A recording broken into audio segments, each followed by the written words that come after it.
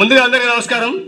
ఈరోజు మన మహబూబాబాద్ జిల్లా కలెక్టర్ గారు డిపిఆర్ఓ గారి ఆదేశానుసారం రాష్ట్ర ప్రభుత్వం చేపట్టిన వివిధ సంక్షేమ పథకాలు అలాగే ఇంకా అనేక కార్యక్రమాల గురించి మా తెలంగాణ సంస్కృతి సారథి కొమర వెంకట కళా బృందంగా మేము ముందుకు వచ్చాం కాబట్టి ఒక చక్కటి పాట మేము ముందుకు తీసుకొస్తున్నాం. చెల్లె సింధు పాడాల్సింది ఆహ్వానిస్తాం.